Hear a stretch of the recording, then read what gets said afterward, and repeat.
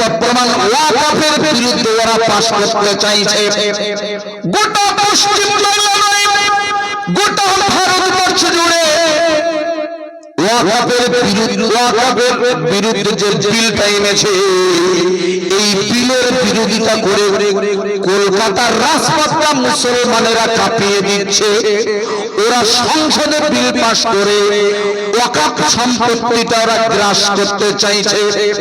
ঠিক ওই রকম দারুন নাদওয়ায় বিল পাস হয়ে গেল। দারুন নাদওয়ায় কি বিল পাস হলো? ওরা বিল পাস করে দিল ইসলামটাকে ব্যান করে দিতে হবে। ইসলাম ব্যান করে দিতে হবে, চলবে না। আজও পর্যন্ত আমেরিকা থেকে শুরু করে, ইসরায়েল থেকে শুরু করে, ভারতবর্ষ থেকে শুরু করে আপনার চীন, চায়না, রাশিয়ারা, এরা সবাই ইসলাম বিদ্বেষী, ইসলামোফোবিয়া। এরা ইসলামকে দেখলে এদের গায়ের লোম খাড়া হয়ে যায়। ইসলামের নীতিমালা এরা সহ্য করতে পারে না। আমি জুলফিকার আজিজি বলি, ইসলামের নীতিমালা সারা বছর নয়, একটা মিনিটের জন্য তোমরা মেনে নাও, গোটা পৃথিবীতে শান্তি শান্তি আর শান্তি বিরাজ করবে। একটু চিল্লে বলা যাবে না সুবহানাল্লাহ? প্রিয় ভাই, সব আপনারা জ্ঞানী গুণী মানুষ, খুব ভালো করে ওয়াজটা বুঝে নেবেন আমার। ওরা যখন বিল পাস করে দিল, আল্লাহর নবীর বিরুদ্ধে স্লোগান তুলে দিল, ওরা প্রশ্ন তুলে দিল, এ নবী আসল না নকল নবী? ওরা নবুয়তের উপরে প্রশ্ন তুলেছে, নবীকে যাচাই বাছাই করছে, ওরা নবীকে জ্ঞান করে দিতে চাইছে। তাই আবু জাহেলের নেতৃত্বে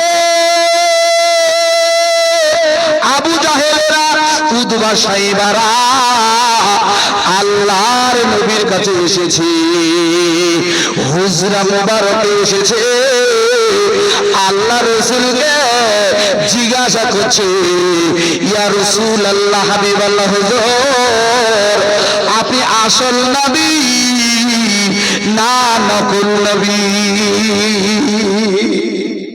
ফুরফুরা শরীফ আল্লামা পীর আবু বকর সিদ্দিক রাহমাতুল্লাহ আলাইহি, তিনি আর হায়াতে নেই। সাইফুদ্দিন হুজুর কেবলাও হায়াতে নেই। বর্তমানে ফুরফুরা শরীফের আল্লামা ওমর সিদ্দিকী আল কুরাইশি হুজুরের দরবারে গিয়ে যদি কেউ হুজুরকে জিজ্ঞাসা করে, হুজুর আপনি কি সত্যিকারের ছোট হুজুরের ছেলে? আপনি কি সত্যিকারের ছোট হুজুরের ছেলে? হুজুরকে কিছু বলার দরকার নেই। হুজুরের যে খাদেমগণ আছেন, তাকে তুলে আছাড় মারবে না, ম্যাক্সিমাম 3 বার মারবে, যতক্ষণ নাড়ি ভুড়ি না বেরিয়ে যায়। কারণ ছোট হুজুর পীর কেবলা রাহমাতুল্লাহ আলাইহি কলিজার টুকরা, গোটা বাংলা আসাম কাঁপানো আমাদের মাথার মণি হযরত ওমর সিদ্দিকী আল কুরাইশি হুজুর, ইনি ছোট হুজুরের আওলাদ, কোনো সন্দেহ নেই। ঠিক ওই রকম রাসূলকে প্রশ্ন করছে, ইয়া রাসূলুল্লাহ, ইয়া হাবিবাল্লাহ, হুজুর আপনি আসল নবী না নকল নবী? আল্লাহর নবী অ্যানসার দেবে, মানে উত্তর দেবে, এইরকম একটি প্রস্তুতি নিচ্ছে। হঠাৎ করে কয়েক সেকেন্ডের ভিতরে জিবরিল আমিন এসেছে। জিবরিল আমিন, আসসালামু আলাইকা ইয়া রাসূলুল্লাহ। আল্লাহর নবী এইরকম একটি কঠিন পরিস্থিতির মধ্যে সম্মুখীন, খুব ভালো করে বুঝবেন, নবী আমার আল্লাহকে কিছু বলেননি। বলেছেন যে আল্লাহ আমি বিপদে পড়েছি, আপনি আমাকে বাঁচান। এই জন্য মুমিন মুসলমানের যখন বিপদে পড়ে যায়, আপনি দোয়া করুন আর নাই করুন, আল্লাহর সাহায্য নেমে আসে। খুব ভালো করে বুঝবেন, জিবরিল আমিন এসেছেন, সালাম দিয়েছেন, আসসালামু আলাইকুম ইয়া রাসূলুল্লাহ ইয়া হাবিবাল হুজুর। হুজুর আমি জিবরাইল এসেছি হুজুর। হুজুর হুজুর হুজুর হুজুর আমি জিবরাইল এসেছি হুজুর। আল্লাহর নবী বলছেন ভাই আপনি এখানে? বলে হ্যাঁ, আল্লাহ আমাকে পাঠিয়েছে, আল্লাহ আমাকে প্রেরণ করেছে। আপনি চুপচাপ চেপে যান, চেপে যান। আল্লাহ ঘোষণা করেছে, ওদের প্রশ্নের উত্তর বলে দিয়েছে, আপনি বলে দিন। আল্লাহ নবী বলে কি বলবো?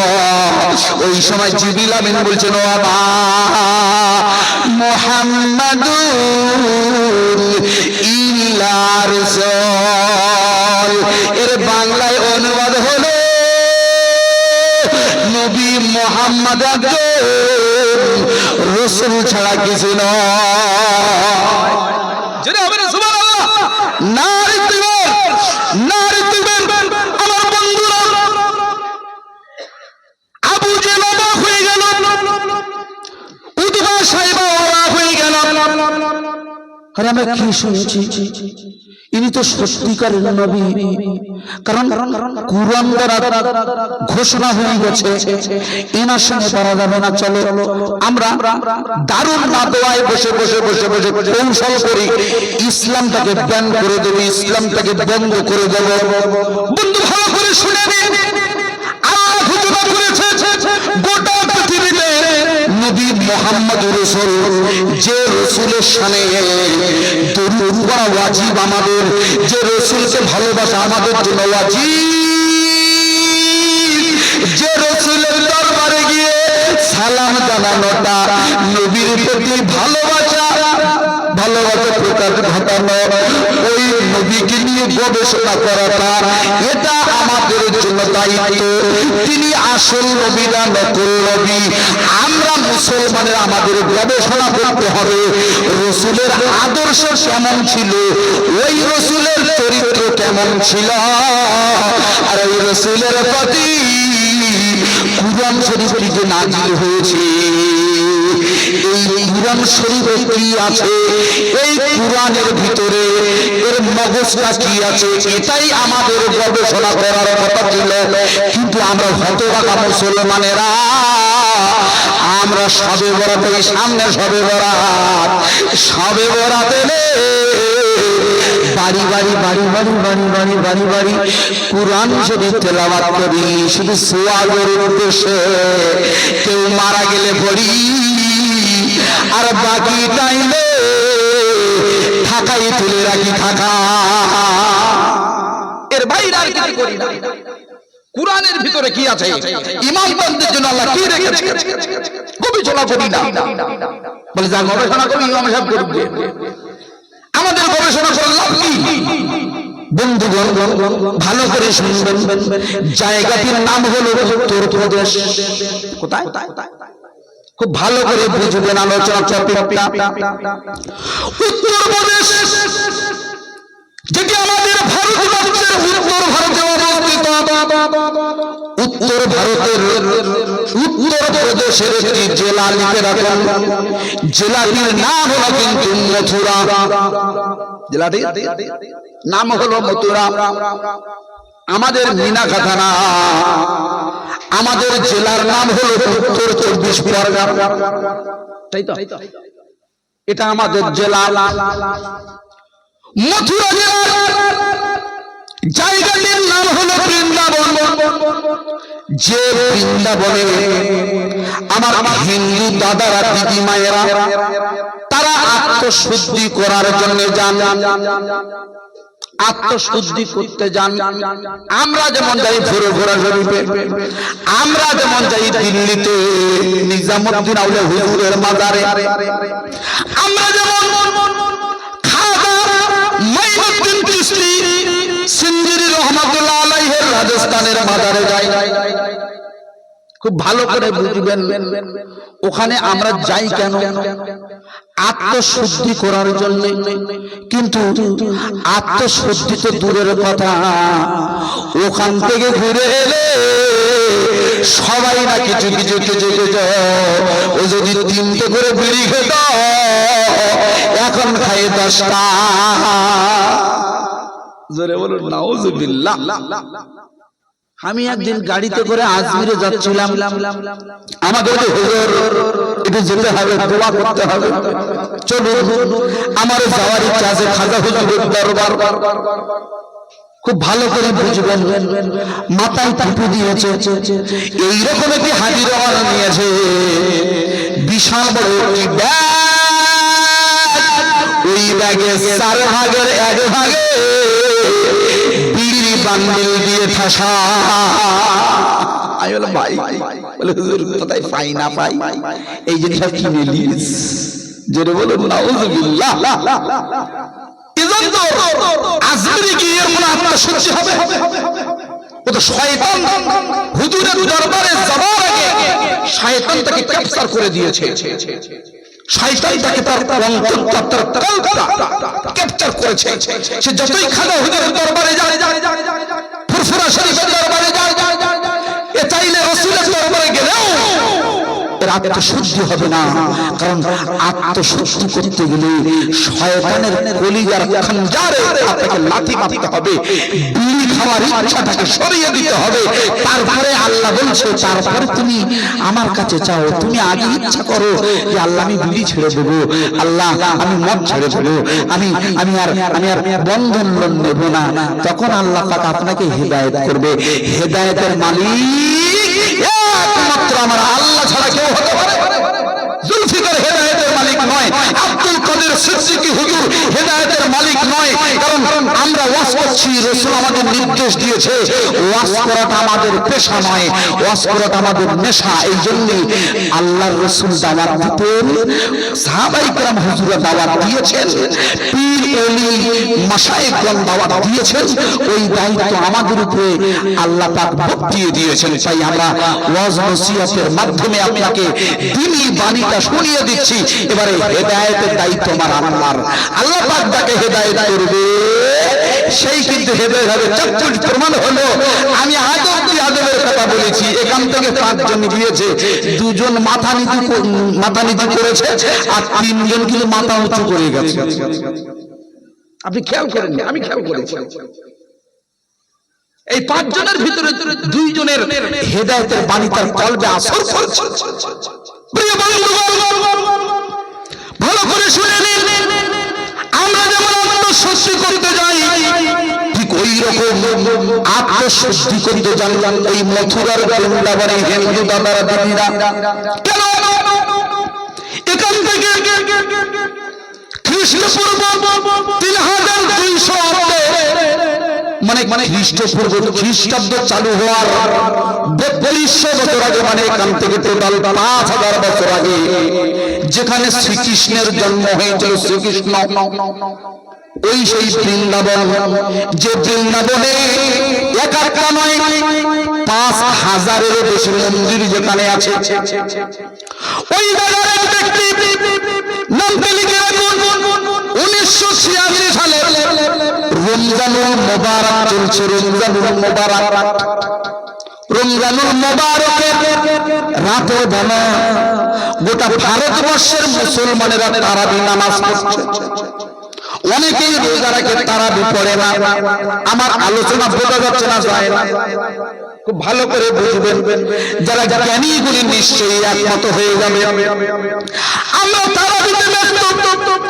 মিস্টার ডক্টর শিবশক্তি মহারাজ উনি ইসলাম নিয়ে গবেষণা করতে বসেছে। ডক্টর শিবশক্তি মহারাজ ইনি কোন জায়গায় ব্যক্তি নন, ইনি একজন 12টা বিষয়ের উপরে পিএইচডি ধারী ব্যক্তি। লন্ডনের অক্সফোর্ড বিশ্ববিদ্যালয় থেকে তিনি পিএইচডি করেছেন। মারাত্মক জ্ঞানী লোক। আবার তিনি একজন মহারাজ সৌদি। ইনি বিভিন্ন ধর্মগ্রন্থের উপরে গবেষণা করেছেন। শেষমেশ ইসলাম নিয়ে গবেষণা করছে। ইসলামকে নিয়ে গোটা বিশ্বে বদনাম ছড়িয়ে দেয়। ইসলাম নাকি টেররিস্ট, ইসলাম নাকি আতঙ্কবাদী, ইসলাম নাকি ঝামেলাকারী। যারা মাথায় টুপি দেয় এরা নাকি সব লুঙ্গি বাহিনী। প্রাইম মিনিস্টার ডক্টর শিবশক্তি মহারাজ, তিনি ইসলামকে গবেষণা করতে গিয়ে কুরআন শরীফ লিখেছে। কারণ ইসলামের মূল ভিত্তি হলো আল কুরআনুল হাকীম। কুরআন যে ব্যক্তি পড়তে পারে না, কুরআন ইসলামে যদি না থাকতো ইসলাম পূর্ণতা লাভ করতে পারতো না। তাই মুসলমানদের কলিজার টুকরা, মুসলমানদের মাথার মণি হলো আল কুরআনুল হাকীম। জোরে বলবেন না সুবহানাল্লাহ। সোশ্যাল মিডিয়ায় এই কুরআনকে অপমান করে দেখবেন পাশ্চাত্যের কিছু পুরুষেরা, মহিলারা কুরআনকে বিকৃত করে ছবি তুলে সোশ্যাল মিডিয়া, ইউটিউব, ফেসবুকে ছেড়ে দেয়। মুসলমানদের কলিজায় লেগে যায়। তারপরেও আমরা সংখ্যালঘু, আমরা কিছু বলতে পারি না কেন? আর সংখ্যালঘু হলেও এখন আমাদের ইমানের ভিতরে এত দুর্বলতা এসে গেছে, একজন মুসলমান মার খায় আরেকজন মুসলমান হাত তালি দেয়। ও মার খায়, খাচ্ছে, খাক না, তো তবলিগ। আমরা তো ভুরভুরা, উনি ভুরভুরা মার খাচ্ছে, তবলিগরা বগলওয়ালা। আবার তবলিগ মার খাচ্ছে, আহলে হাদিসরা থালা লাগাতে ঠিক হয়েছে। এই যে ভেদাভেদ, তবলিগ, হিজবুল্লাহ, আজমগাছি, বেরেলি মুসলমানদেরকে ভাগ ভাগ করে রেখে দিয়েছে। এগুলো পাশ্চাত্যের এটা হলো কৌশল। কারণ মুসলমানেরা একত্রিত থাকলে প্যালেস্টাইনের মুসলমানেরা মার খেত না। জোরে বলুন ঠিক না বেঠিক? আমার বন্ধু খুব ভালো করে শুনবেন, মিস্টার ডক্টর শিবশক্তি মহারাজ উনি রাতের বেলা বসে বসে গবেষণা করছে। ওয়ামা মুহাম্মাদুর ইল্লা রাসূল। উনি শুনেছেন, উনি কিতাবে পড়েছে নবী মুহাম্মদকে নিয়ে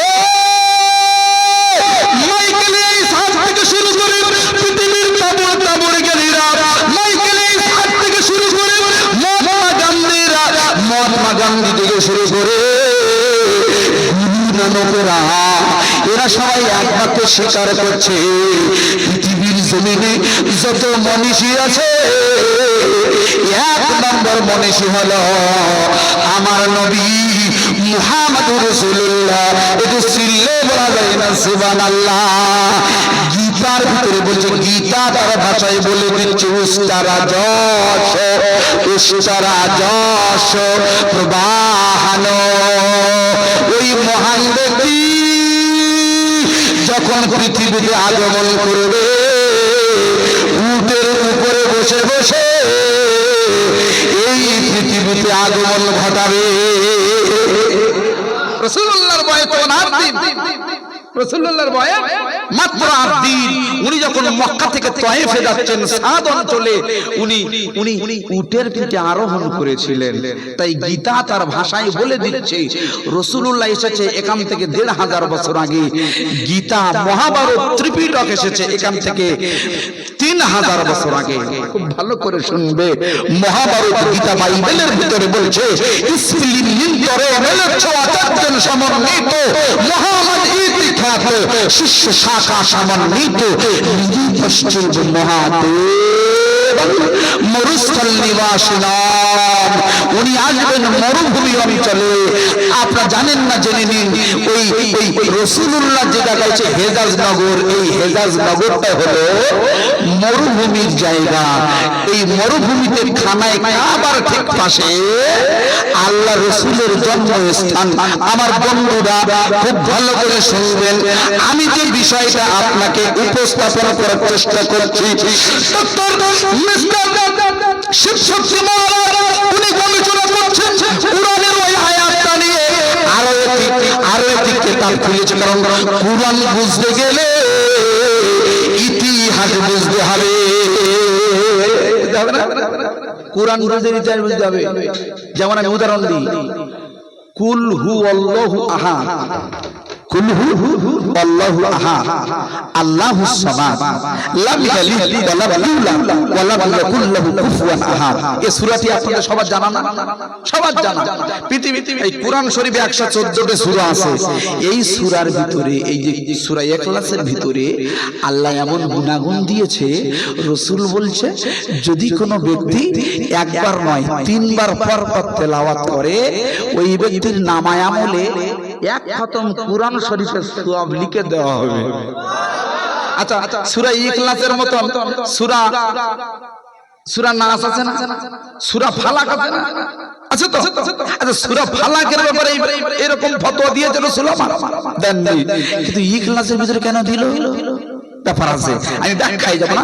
আমি যেটা বলতে চাইছি, এই কোরআন শরীফ আপনাকে আল্লাহ পাক যখন রাসূলের প্রতি নাজিল করেছে, কেন নাজিল করেছে এর প্রেক্ষাপট আছে। যেমন ওরা প্রশ্ন করেছিল, হে রাসূল আপনি আসল না নকল? তখন আল্লাহ পাক আয়াত নাজিল করে দিয়েছে। কোরআন শরীফ কত বছর ধরে নাজিল হয়েছে? জোরে বলুন, জানেন না? 23 বছর ধরে। কত বছর ধরে?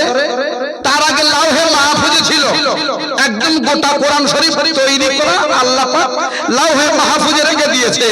আল্লাহ পাক জানেন, আলিমুল গায়ব, তার অদৃশ্য জ্ঞান থেকে, যে আবু জেহেলরা পৃথিবীর বিতর্মীরা থেকে এই প্রশ্ন করবে, আর আমি এই সময় এই আয়াতগুলো নাজিল করে দেব। আল্লাহর জ্ঞানের সাথে পৃথিবীর কোন বিজ্ঞানীর জ্ঞানের তুলনা হবে? এখন বিজ্ঞানী বলে আল্লাহ চাইতে জ্ঞান আমাদের বেশি। জোরে বলুন আউযুবিল্লাহ। আমার বন্ধুরা খুব ভালো করে বুঝবেন, আমি যে বিষয়টা আপনাকে বোঝাচ্ছি, কুল হুয়াল্লাহু আহাদ যখন নাযিল হলো, ওই কাফেররা এসে বলে দিল, ইয়া রাসূলুল্লাহ, ইয়া হাবিবাল্লাহ, ইহুদিরা এসে বলছে আল্লাহ যেমন ছেলে আছে ঈসা। জোরে বলুন নাউযুবিল্লাহ। ওরা ঈসাকে আল্লাহ ছেলে বানিয়ে দিল। আপনি বলুন আল্লাহর কি কোনো ছেলে বা মেয়ে আছে নাকি? আল্লাহ পাক তখন এই আয়াতটা নাজিল করে, কুল হু আল্লাহু আহাদ, আল্লাহ এমন এক যার কোনো দ্বিতীয় নেই। সুতরাং কুরআন বুঝতে গেলে আপনার হাদিস বুঝতে হবে, হাদিস বুঝতে গেলে ইতিহাস বুঝতে হবে। আমার বন্ধুরা খুব ভালো করে শুনবেন, উনি কুরআনটা বুঝতে গিয়ে উনি আরো একটি কিতাব খুলেছেন। উনি মানে কি? ডক্টর শিবসতী মহারাজ জি। উনি কিতাব খুলেছেন, কিতাবের নামটা লিখে নিন। কিতাবের নামটি হলো সিরাতুন নবী। এই কিতাবটি যিনি রচনা করেছে তার নাম হলো ইবনে ইসহাক। কিতাবটি রচনা হয়েছে একাম থেকে 1400 বছর আগে। আল্লাহর নবীর মৃত্যুর ওফাতের 72 বছর পরে ইবনে ইসহাক তিনি কলম দিয়ে লিখে ওই সিরাতুন নবী লিখেছে। সিরাতুন নবী নিয়ে উনি বসে পড়েছেন কোথায়? উত্তর প্রদেশের বৃন্দাবনে রমজানুল মুবারকে উনি গবেষণা করতে যখন সিরাতুন নবী খুলছে, উনি প্রথমেই দেখতে পেলেন 570 সালে হস্তির বছর, হাতির বছর। আমার আওয়াজ বোঝা যাচ্ছে তো? না বুঝতে পারলে মুশকিল। হাতির বছরে ইবনে ইসহাক লিখছে সিরাতুন নবীতে, হাতির বছরে আল্লাহর নবী জন্ম হয়েছে। হাতির বছর। কোন বছরে? হাতির বছরে। কুরআন খুলবে, সূরা ফিলটা খুলবে, আলাম তারা কাইফা ফাআলা রাব্বুকা বিআসহাবিল ফিল। ফিল মানে হাতি। এই হাতির বছর ইতিহাস বলছে 570 সালে আমরা জানি রাসূল আমার এসেছে এই ধরার বুকে। কিন্তু আবিসিনিয়ার একটি বাদশা সে আন্দোলন করেছিল ওই কাবাকে ধ্বংস করে ফেলতে হবে, ধ্বংস। কাবা শরীফের বিরাট সম্মান, কাবা শরীফকে দেখলে মানুষের কলিজা জুড়িয়ে যায়। তাই তাই সৌদি আরবের নর্তকীরা ওরা ওই ঘনত্ব কাঁচ দিয়ে কাবা শরীফের মডেল তৈরি করে সেম টু কাবা আমাদের কলমটা খুলবে, পূবের কলমটা খুলবে। আজকের নিউজ, আজকের যে কথা বলছি আমি, আমার বন্ধু কাবা শরীফের আদলে ঘনত্ব কাবা তৈরি করে তার সামনে ড্যান্স হাঙ্গামা করে কাবাকে অপমান করার চেষ্টা করছে। ঠিক এইরকম এখান থেকে ১,৫০০ বছর আগে আব্রাহা নামক একটি বাদশা কাবাকে ধ্বংস করে এসেছে। আল্লাহ সেনাবাহিনী পাঠিয়ে দিয়েছে, আবাবিলের মুখে ওই ছোট ছোট ছোট ছোট ছোট ছোট ছোট কঙ্কর তুলে দিয়েছে। ইতিহাস বলছে ওই আবাবিলের মুখের কাবা যেই জমিনে যেই জমিনে আমেরিকার পাঠানো ওই বোমের মতো এক একটা করে হাতি নষ্ট হয়ে যাচ্ছে। হবে না সুবহানাল্লাহ। ওই বছরে আল্লাহর নবী জন্ম নিচ্ছেন, বলুন সুবহানাল্লাহ। সেই আনন্দে রাসূলের মহব্বতে একটিবার দরুদ শরীফ পড়ে, আমি রাসূলের জন্ম বৃত্তান্ত পরে বলছি, এই ভাগে একটু দরুদ শরীফ পড়বো। আপনাদের সমস্যা একটু মহব্বতের সাথে কলিজা ভরে হবে ইনশাআল্লাহ, একটু জোর আওয়াজে। আমি তো মনে করছি যে আগেকার চেয়ে, মানে আমি যখন উঠেছিলাম তার চেয়ে লোক বেশি হয়েছে ইনশাআল্লাহ। একটু ডাইনে বাঁয়ে চেয়ে দেখেন, লোক একটু বেশি হয়েছে। মহব্বত, সব রাসূলের মহব্বত, মহব্বতের সাথে আল্লাহুম্মা সাল্লি আলা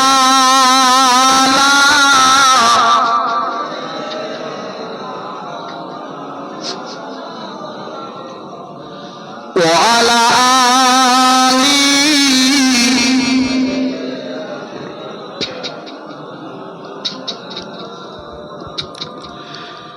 মহব্বতে আল্লাহুম্মা সাল্লি আলা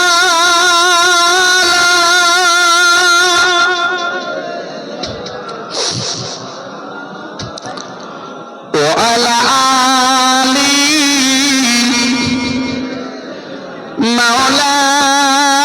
মাওলানা মুহাম্মদ। ও নূরের রৌশনীতে দুনিয়া গেছে ভরে, সে নূরের বাতি জ্বলে মদিনার ঘরে ঘরে। ও নূরের রৌশনীতে দুনিয়া গেছে ভরে, সে নূরের বাতি জ্বলে মদিনার ঘরে ঘরে। ওই আমার আল্লাহর বন্ধু, ওই আমার আল্লাহর বন্ধু, তোর কিসের ভাবনা? ওই আমার আল্লাহর বন্ধু, তোর কিসের ভাবনা? আমার হৃদয় মাঝে কাবা, নয়ন মদিনা।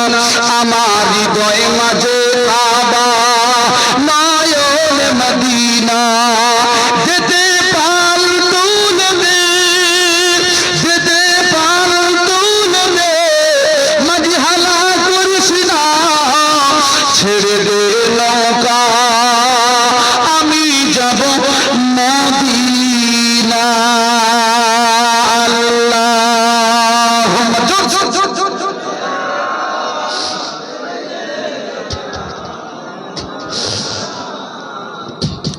وعلى آل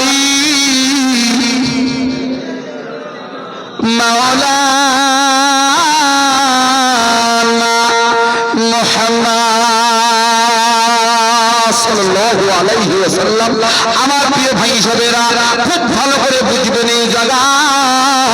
সিরাতুন নবীতেই খুলেছে, মা আমেনা বর্ণনা করে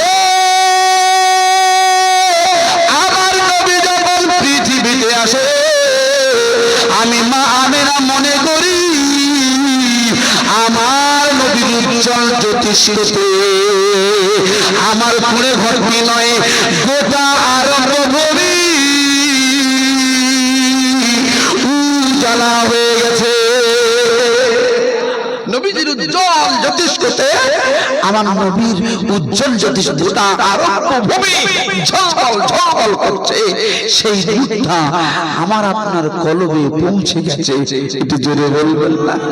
আমার বন্ধুগণ খুব ভালো করে বুঝবেন, হযরতে মা আমেনাতুজ জোহরা উনি যখন সন্তান প্রসব করলেন, ঠিক তার 8 দিন বাদে ওই তয়েব সাদ অঞ্চল থেকে একটি মহিলা এসেছে, যার নাম হলো হযরতে মা হালিমাতুস সাদিয়া। আল্লাহর নবীকে নিতে এসেছিল। কেন নিতে এসেছে? তৎকালীন আরবের প্রথা অনুযায়ী একজন জন্ম দেবে, আরেকজন দুধ খাবে। আরবের প্রথা কি? একজন জন্মদাত্রী মা আরেকজন দুধ খাওয়াবেন, তিনি নিয়ে যাবেন, দুধ খাওয়াবেন সন্তানের। আল্লাহ রসুলের দুধ মায়ের নাম জোরে বলুন মা হালিমাতুস সাদিয়া। আর আরবের তৎকালীন পরিবেশের সাথে আমাদের দেশের ইহকালীন পরিবেশ পাল্টে গেছে। এরা আর মা খোঁজে না, সন্তান জন্ম দিয়ে নিজের ফিটনেসটা ঠিক রাখতে। তবে গড়ের আবাদে নয়, অন্যান্য জায়গায় দেখবেন মায়েরা সব ল্যাকটোজেন খাওয়াচ্ছে। ল্যাকটোজেন খাওয়াচ্ছে না? খাওয়ায় না? আগেকার মায়েরা, আমার আপনার মুরব্বী যারা বসে আছেন, আমরা সবাই মায়ের দুধ খেয়েছি, ঠিক তো? মায়ের দুধ খেয়েছি বলে আমরা 80 বছর, 70 বছর, 90 বছর, কেউ 100 পার করে দিচ্ছে। এখন সব ল্যাকটোজেন পাঠিত, এই জন্য 40 না পার হতে হতে বাবু আমার শীত হয়ে চলে যাচ্ছে। ঠিক না বেটি? খুব ভালো করে বুঝবে, রাগ করুনি। এখনকার ছেলেরা দেখবে এরা সব এখন জন্মের পর থেকে, সত্যি জন্মের পর থেকে যেন মোবাইল নিয়ে জন্ম হয়েছে। 8 দিন 9 দিন বয়স মোবাইল নিয়ে সুইচ হচ্ছে, আশ্চর্য ডিজিটাল টিপছে। এই সন্তানের দোষ নেই তো, দোষ কার? মায়ের। কি করে দোষ? আপনার পেটে সন্তান এসেছে, আপনাদের না, মায়েদের পেটে সন্তান এসেছে। আর সন্তান এলে স্বাভাবিক বাপের বাড়ি যায়। কেন? ওই সময় ডাক্তার বাবুরা সিঁড়ি ভাঙতে নিষেধ করে, ভারী জিনিস চাগাতে নিষেধ করে। আমার ভাই সব, আমি আপনাদের মেহমান, আমি অনুরোধ করছি গেটের কাছে দাঁড়াবেন না। সত্যি আপনার চলে আসেন। আমি তাড়িয়ে দিচ্ছি না, আপনার চলে আসেন। বললা উল্টো বোঝে। গড়ের আমাদের মানুষ আসতে বললে চলে যায়। কি ফেরা? একটা শ্লোক আছে, শ্লোক বলেন তো, কাটলে বড় হয় কি আর টানলে ছোট হয়। দেখেছো? সব জানি। টানলে ছোট হয় কি? বিড়ি। কি আশ্চর্য, বিড়ি খাই না ভাই, ওইটা শিখে রেখেছি আমরা। কি আমি ডাকছি, ওরা যাচ্ছে। আশ্চর্য। যাই হোক, এটা বলছি, দেখবেন মায়েরা বাপের বাড়ি এসে ওই বসে বসে হেদলায় বসে, দোলনায় বসে বসে দেখবেন এইরকম 7 ইঞ্চি বাই 4 ইঞ্চি একটা অ্যান্ড্রয়েড সেট নিয়ে বাংলাদেশের মজিবত দেখছে। ফজা দেখছে, আশ্চর্য। বিভিন্ন সোশ্যাল মিডিয়ার ফেতনা দেখছে। এখন মিডিয়া, সোশ্যাল মিডিয়া মানে ফেতনা। এক এক হুজুরের এক এক কীর্তি দেখা যাচ্ছে। আবে ঠিক বলছে না ভুল বলছে? এক এক হুজুরের এক এক রকম ফতোয়া। কোন ফতোয়া লব আমরা? আমার বন্ধুরা একটু মনে করে দেখুন, বড় পীর আব্দুল কাদের জিলানী বাগদাদের জমিনে মা ফাতেমাতুজ জোহরা, ওনার পেটে সন্তান এসেছে, আর উনি দোলনায় বসে বসে আল্লাহর কুরআন শরীফ পড়ছে। আজকের আপনার হাত তুলে বলেন যে আমার বাড়িতে আমার বৌমা পেটে বাচ্চা এসেছে আর দোলনায় বসে বসে কোরআন শরীফ তেলাওয়াত করছে। নেই। কি করে থাকবে? সেই হাফেজ মা তো আমরা আনি না, হাফেজ বৌমা তো আনি না, আমরা আনি কি? কলেজ করে তুমি চাকরি করবে। আপনাদের ওই যে বাচ্চাদের যে খাওয়া দাওয়া দেয়, এটা কি বলে? মিড ডে মিলে চাকরি করবে, স্কুলে যাবে, ভাবি আমার মানে ওই যে ধেনাচি ব্যাগ নিয়ে যাবে, এইরকম মহিলা আমাদের পছন্দ। কিন্তু বাগদাদের জমিনে আমাদের পীর আব্দুল কাদের জিলানী, মাহবুব সুবহানী, কুতুবে রাব্বানী, গাউসে সামদানী, হুজুর আমার পৃথিবীতে এসেছে। মা বলছে খোকা তোমার মাদ্রাসায় ভর্তি করে দেবো, কারণ মাদ্রাসায় পড়তে হয়। আমরা এখন মাদ্রাসায় তো ভর্তি করি না, আমরা ইংলিশ শেখাই, বাংলা শেখাই, হিন্দি শেখাই। ডাক্তার বাবু হবে, লক্ষ লক্ষ কোটি কোটি টাকা ইনকাম করবে। কিন্তু আল্লাহ রাসূল বলেছে আল ইলমু ফারিদাতুন আলা কুল্লি মুসলিমাতিন ওয়া মুসলিমা, প্রত্যেক মুসলমান নরনারীর জন্য ইলম শিক্ষা করাটা ফরজ। আমরা মাদ্রাসায় দেব না, মক্তবে দেব না, আমরা এখন ইংলিশ মিডিয়ামে দেব। ওখানে আমরা এবিসিডি শেখাবো, আর কবরে গেলে আপনাকে বেদে ধলাই করবে। সুতরাং বড় পীর আব্দুল কাদের জিলানীর আম্মা জান তাকে বলছে খোকা তুমি মাদ্রাসায় যাও, তবে মিথ্যা কথা বলো না, মিথ্যার আশ্রয় নিও না। তুমি মাদ্রাসায় যাবে, তোমার জন্য 40টা দিনার নিয়ে আমি তোমার বগলের তলায় সেলাই করে দেব। এই 40টি দিনার নিয়ে তুমি মাদ্রাসায় যাও। এই রাস্তা ধরে হুজুর আমার টুক টুক টুক টুক টুক টুক টুক টুক করে যাচ্ছে। হঠাৎ করে রাস্তার মাঝে 40 জনের একটি ডাকাত দল হুজুরের উপরে আক্রমণ করেছে। এটা বাগদাদের রাস্তায় আক্রমণ করার পরে ডাকাত দল বলছে এই খোকা তোমার কাছে কি আছে? বলে কেন আমার কাছে 40টা দিনার আছে। মা বলেছে কি মিথ্যা বলো না। মিথ্যা কথা কি গুনাহ? মা মিথ্যা বলো না। উনি মিথ্যা বলেননি, মায়ের শিক্ষা। এই জন্য পৃথিবীর তাবড় তাবড় মনীষীরা বলেছে মা হলেন পৃথিবীর প্রথম শিক্ষক। যত বড় বিশ্ববিদ্যালয় বলুক না কেন, মা জননী হলো মেন শিক্ষক। মা যেটা শেখাবে তার শৈশবে ওই শিক্ষাটা তার মগজে হয়ে যাবে। একটু চিল্লে বলা যায় না সুবহানাল্লাহ। এই জন্য পিতামাতা যারা আপনারা হয়েছেন আপনাদের শিক্ষা দিতে হবে, ফোন দেওয়া যাবে না, মোবাইল হাত দেওয়া নিষেধ। আপনি কি করে বারণ করবেন? আপনার তো অ্যান্ড্রয়েড সেট, আপনি 24 ঘন্টা পড়ে আছেন। বড় পীর আব্দুল কাদের জিলানী বলছেন ও ডাকাতের দল, ও ডাকাতের দল, আমার বগলের নিচে 40টি দিনার আছে, তুমি নিয়ে যাও। ডাকাত দল অবাক হয়ে বলছে ওরে খোকা তোমার পকেট চেক করেছি, তোমার শরীর চেক করেছি, কোথাও পাইনি। কিন্তু তুমি তো না বলতেই পারতে তোমার বগলের নিচে 40টি দিনার আছে।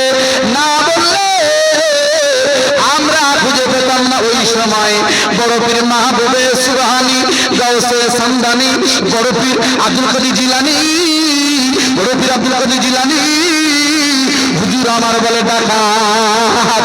আরে 40টি দিনার কেন? 40,000 দিনার হলো আমার মায়ের শিক্ষা অমান্য করতাম না। আমি আব্দুল কাদের, আমার মা জননী মা ফাতেমাতুজ জোহরা, আমার পিতা হলেন আবু সালেহ মুসা জাল্লি, আমাকে শিক্ষা দিয়েছে সবসময় সত্যের উপরে চলতে থাকবে। সত্যমেব জয়তে, সত্যমেব জয়তে। এই শিক্ষা, এই শিক্ষার আন্দোলন, এই শিক্ষার সাথে নিয়ে আমি মাদ্রাসায় যাচ্ছি। ডাকাত দল অবাক হয়ে ওই ছোট্ট শিশু আব্দুল কাদের জিলানীর শিক্ষা দেখে হুজুরের হাতে হাত দিয়ে বাগদাদের জমিনে 40 জন ইমানের কালমা পড়ছে। লা ইলাহা ইল্লাল্লাহু মুহাম্মাদুর রাসূলুল্লাহ। বড় পীর এমনি হয়েছে, পুরোপুরি আদর্শ দেখুন। মাত্র 7 বছর বয়স, হুজুর আমার মাদ্রাসায় গেছে। হুজুর বলছে, হুজুর মানে আব্দুল কাদের জিলানী হুজুরের ওস্তাদ বলছে, বাবু পড়ো, আলিফ বা তা সা জিম হা। হযরত আব্দুল কাদের জিলানী হুজুর রহমাতুল্লাহ আলাইহি তিনি পড়ছেন, আউযু বিল্লাহি মিনাশ শাইতানির রাজীম, বিসমিল্লাহির রহমানির রহিম, আলহামদুলিল্লাহি রাব্বিল আলামিন, আর রহমানির রহিম, মালিকি ইয়াউমিদ্দিন, ইয়্যাকা না'বুদু ওয়া ইয়্যাকা নাস্তাঈন, ইহদিনাস সিরাতাল মুস্তাকিম, সিরাতাল লাযীনা আন'আমতা আলাইহিম গায়রিল মাগদুবি আলাইহিম ওয়ালাদ-দাল্লিন, আমিন। হুজুর আবার আরে এখন আলিফ জানে না, বা জানে না, সূরা কোরআনের মা পড়ে দিল সূরা ফাতিহা। হুজুর বলছে, হুজুর দাঁড়ান, বিসমিল্লাহির রহমানির রহিম, আলিফ লাম মিম, যালিকাল কিতাবু লা রাইবা ফীহি, হুদাল লিল মুত্তাকিন। 1 পারা, 2 পারা, 3 পারা, 5 পারা, 10 পারা, ওই 15 পারাই চলে গেল। শেষের বেলা আব্দুল কাদের জিলানী 7 বছর বয়সে আগে বৈঠকে 1 থেকে 18 পারা পর্যন্ত তেলাওয়াত করেছে। হুজুর শুনে আবার আব্দুল কাদের জিলানীকে জিজ্ঞাসা করা হতো, বাবু ও বাবা আব্দুল কাদের, তুমি তো মাদ্রাসায় এসেছো, তুমি কি করে কোরআন জানলে বলো? ওই সময় আব্দুল কাদের জিলানী বলছে, হুজুর আপনি জানেন না, আমার মা জানানি যখন দোলনায় বসে বসে বসে বসে কোরআন পড়তেন, আমার আব্বা আবু সালেহ মুসা জাঙ্গি যখন কাঠ কাটে জঙ্গলে চলে যেত, আমি আব্দুল কাদের আমি মায়ের পেটে বসে বসে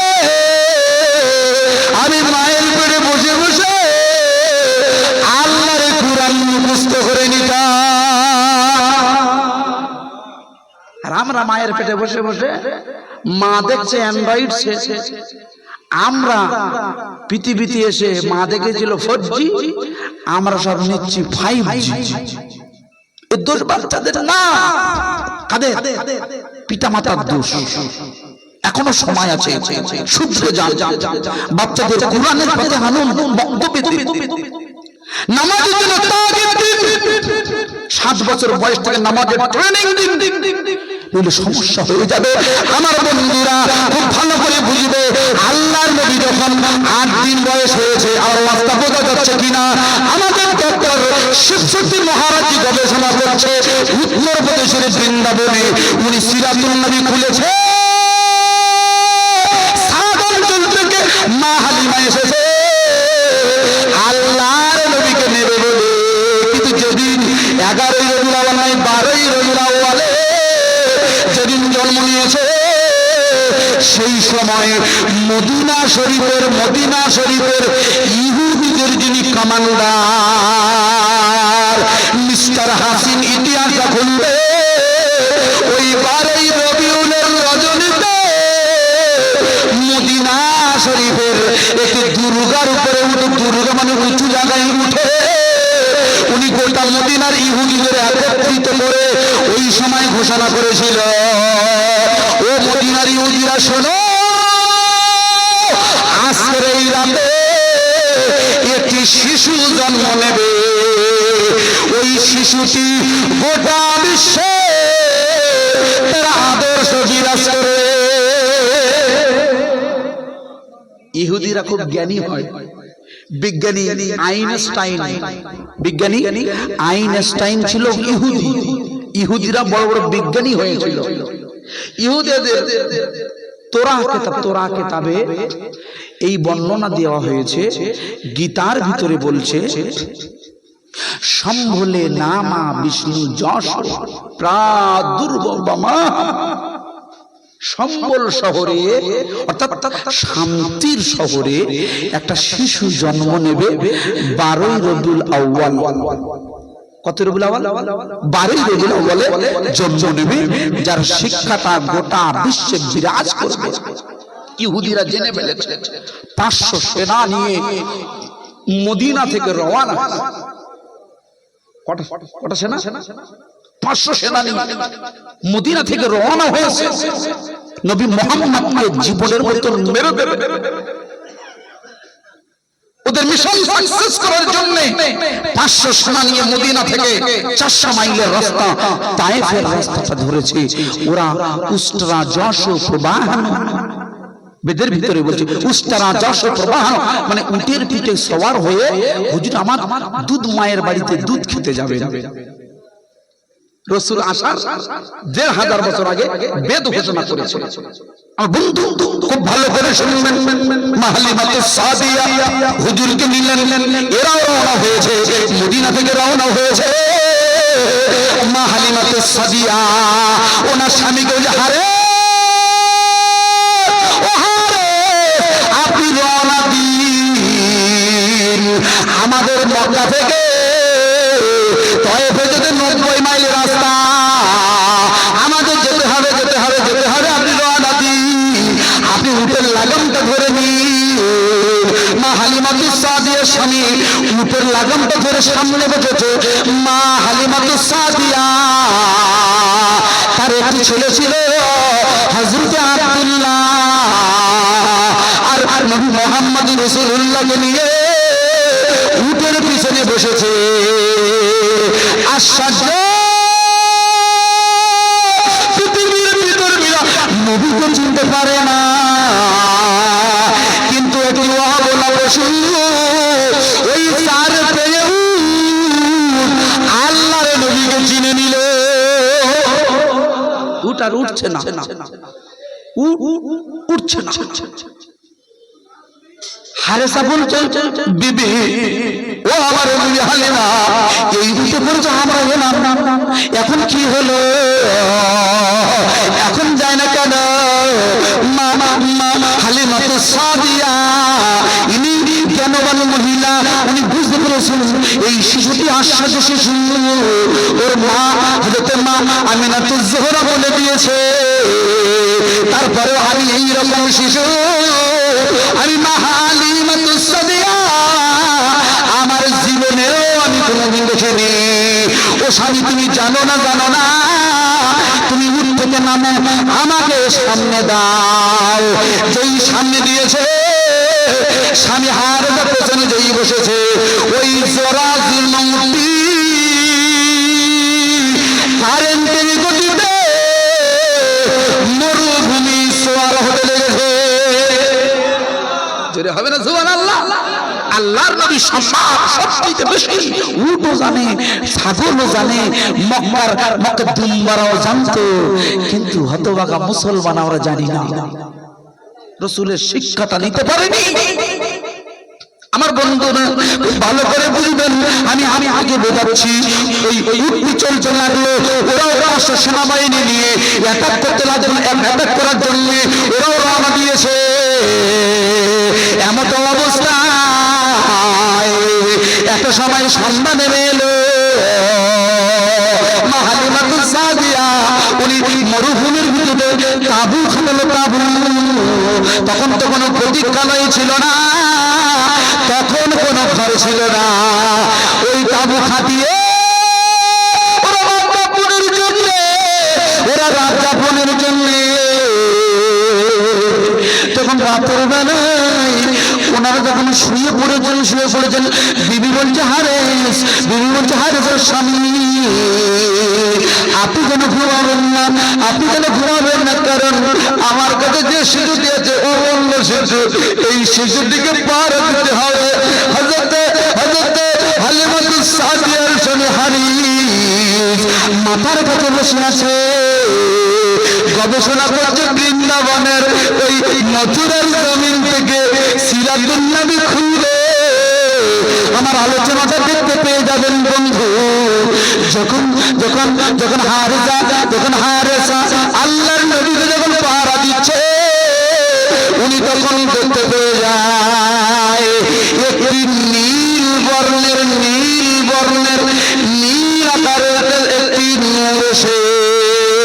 একটি উচ্চ জ্যোতিষ্কময় একটি বস্তু এসে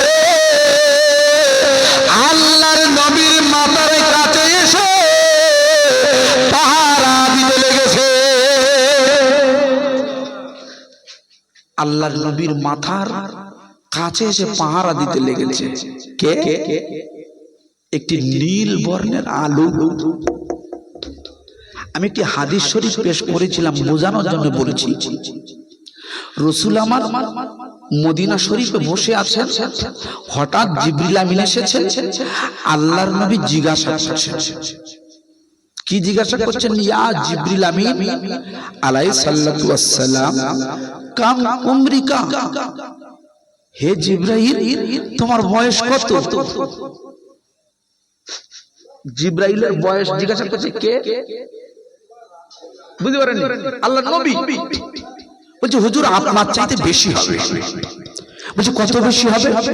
বলে আমি সঠিক জানি না, তবে একটি ধারণা দিতে পারি। ধারণাটি হলো, যখন আল্লাহ পাক এই দুনিয়া, তামাম দুনিয়া তৈরি করেননি, তখন আল্লাহ পাক একটি নূর তৈরি করেছিলেন। নূর, ওই নূরটা চতুর্থ হিজাবের ভিতরে, পর্দার ভিতরে জ্বলতো, উদিত হতো। কতদিন পর পর? ৭০,০০০ বছর পর পর। আবার ৭০,০০০ বছর পর পর ওটা পরে অস্তমিত চলে যেত। এই নূরটা আমি ৭২,০০০ বার দেখেছি। তাহলে জিবরিল আমিন আলাইহিস সালামের বয়স ক্যালকুলেশন করা যাবে কি? এবারে আমি আপনাকে প্রশ্ন করছি, আল্লাহর রাসূলের বয়স কত? আমরা বলবো কেন 63, 63, ঠিক না বেটি? রাসূলের বয়স 63, কিন্তু না, আল্লাহ বলছে, হযরতে ইমাম গজ্জালি লিখেছেন। কে লিখেছেন? ইমাম গজ্জালি। ইনি একজন ইসলামিক দার্শনিক পণ্ডিত। তিনি বলছে দাকায়েকুল আকবারে কিতাব রচনা করে দিয়েছে। এই দাকায়েকুল আকবারটা খুলবেন ইমাম গজ্জালি বলছে, আল্লাহ পাক যখন এই পৃথিবীতে সর্বত্র বিরাজমান, সর্বত্র, তখন লৌহে মাহফুজ হয়নি, কলম হয়নি, আর কিছুই হয়নি, সিদরাতুল মুনতাহা হয়নি, জান্নাত জাহান্নাম, সাতটা আসমান জমিন কিছুই তৈরি হয়নি। তখন আল্লাহ পাকের ইশকের ঝংকারে একটি নূর নির্গিত হয়। আল্লাহ পাকের ইশক, আল্লাহই আল্লাহ, তখন একটি নূর নির্গত হয়। ইমাম গজ্জালি লিখেছেন, আল্লাহর নবী নয়, আল্লাহর কোরআন বলছে, কদ জাআকুম মিনাল্লাহি নূরুন ওয়া কিতাবুম মুবিন। আমি তোমাদের জন্য দুটো জিনিস পাঠিয়েছি, নূর এবং কিতাব।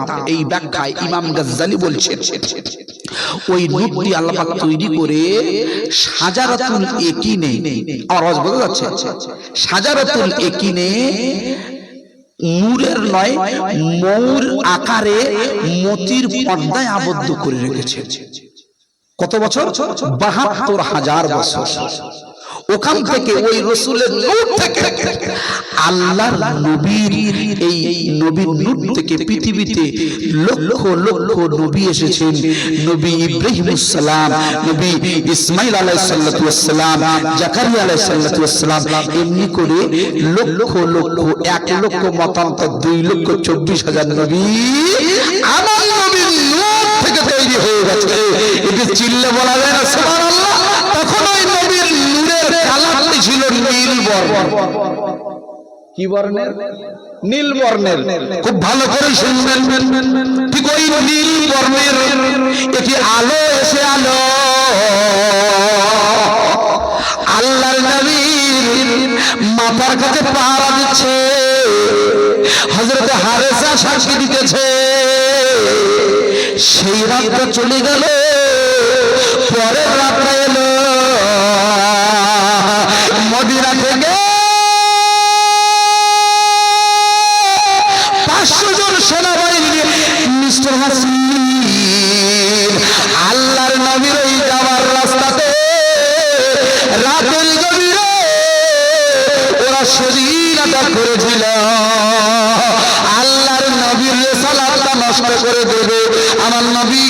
শেষ করে দেবে, আমার নবীকে মার্ডার করে দেবে।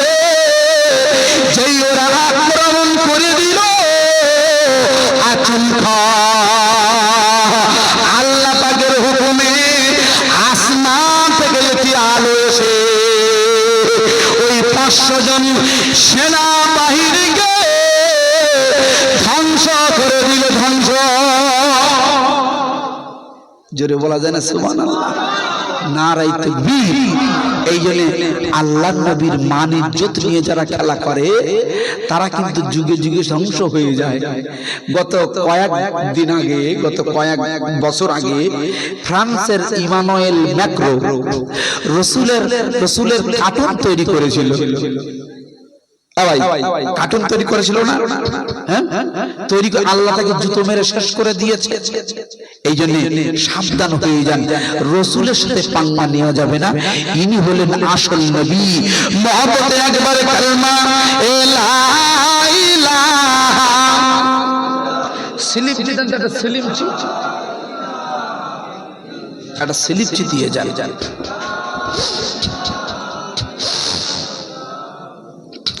মুহাম্মাদুর রাসূলুল্লাহ নবী গেলেন তায়েফে, নবী গেলেন তায়েফে, পাথর মারে কাফেরে রবের দাঁড়ায় পা দুখানে রাঙা হয়ে যায়। নবী গেলেন তায়েফে, নবী গেলেন তায়েফে, পাথর মারে কাফেরে দাঁড়ায় পা দুখানে রাঙা হয়ে যায়। এ কালমা লা ইলাহা। একটা সেলিম দেন কমিটি ছেলেরা কই? এ লা ইলাহা ইল্লাল্লাহু মুহাম্মাদুর রাসূলুল্লাহ। খুব ভালো করে শুনবেন, আমি যে বিষয়টা আপনাকে বোঝাচ্ছি। মিস্টার ডক্টর শিবশক্তি মহারাজ উনি বৃন্দাবনে রমজানুল মুবারকে উনি যখন এই গবেষণাটি করে সাকসেসফুল হয়ে গেলে উনি তখন চিন্তা নিয়েছে যে ইসলাম ধর্মটি হলো আসল সত্য ধর্ম। এই চিন্তা নিতে নিতে নিতে নিতে নিতে নিতে ওনার শয্যায়, ওনার বিছানায় উনি ঘুমিয়ে পড়লেন। ঘুমানোর সাথে সাথে উনি একটি খ্বাব দেখলেন, স্বপ্ন দেখলেন। ওই স্বপ্নটি হলো একটি মারাত্মক অন্ধকার, একটি কালো দানবাকৃতি একটি দেহে এসে ডক্টর শিবশক্তিকে তাড়া করে নিয়ে যাচ্ছে, গ্রাস করে খেয়ে নেবে। এমন অবস্থাতে উনি বলছেন একটি নূরানি আকারে, একটি নূরের ছবির মতো দেখে এক পুরুষ এসে আমার হাত ধরেছে, ধরে বলছে শিবশক্তি তোমাকে অন্ধকার গ্রাস করে নেবে, তুমি এসো আলোর দিকে চলে আসো, আলোর দিকে চলে আসো। আমার হাতে হাতটা দিয়ে দাও আর কলেমা পড়ে নাও, লা ইলাহা ইল্লাল্লাহু মুহাম্মাদুর রাসূলুল্লাহ। ডক্টর শিবশক্তি বলছে উনি যে রাতের বেলায় আমাকে কলেমা পড়িয়ে দিয়েছে উনি অন্য কোনো ব্যক্তি নয়, উনি হলেন মুহাম্মাদুর রাসূলুল্লাহ। জোরে হবে না সুবহানাল্লাহ? নবী মুহাম্মাদুর রাসূলুল্লাহ, নবী মুহাম্মাদুর রাসূলুল্লাহ সাল্লাল্লাহু আলাইহি ওয়াসাল্লাম যদি বৃন্দাবনে আসতে পারে, আমার বাড়িতে আসতে পারে না, আপনার বাড়িতে আসতে পারে না? একদল বলছে কেন ফুরফুরে আসবে কেন? বলেছিল না, বলে ফুরফুরে নাকি নবী আসতে পারে না। আশ্চর্য, দাদা হুজুর রহমাতুল্লাহ আলাইহি ইনি নিজে বলছেন, আল্লাহর রাসূল এসেছে বসে, আল্লামা হুজুর বলছে, খুব ভালো করে বুঝবেন, দাদা হুজুর একটি জলসা ছিল বাংলাদেশের কুমিল্লা। কোথায়? বাংলাদেশের কুমিল্লা। উনি ওখানে গিয়ে জলসা করবেন, কমিটির ছেলেরা বলছে হুজুর জলসা করতে হবে, আপনার তালবেলেমটা আসেনি, বসিরহাট আল্লামা রুহুল আমিন শাহ আসেনি, দাদা হুজুরি তালবেলেম কে? বসিরহাট আল্লামা রুহুল আমিন শাহ রাহমাতুল্লাহ আলাইহি।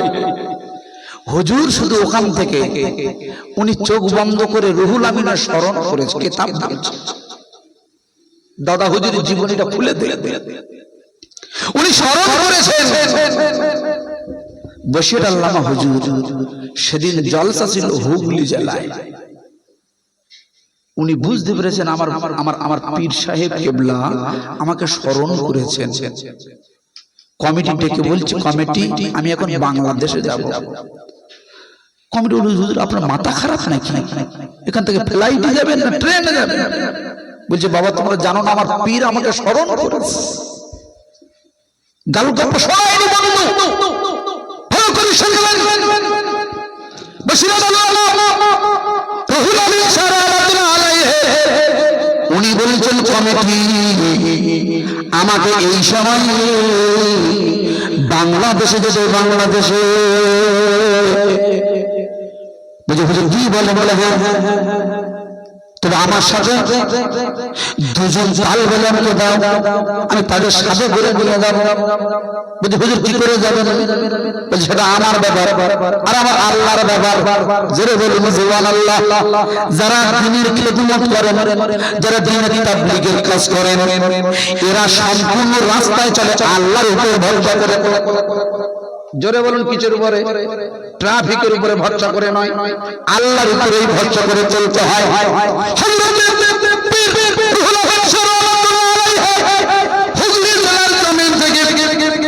উনি দুইজন ভক্ত নিয়ে এটি হাজির রমাল বেঁচিয়ে দিলেন। হাজির রমাল কিতাব বলছে, বন্ধু তালবেলেমদের বলছে, তালবেলে তোমরা হাজির রমালের উপরে বসো, তবে চোখটা বন্ধ করে নাও, চোখটা বন্ধ করে নাও।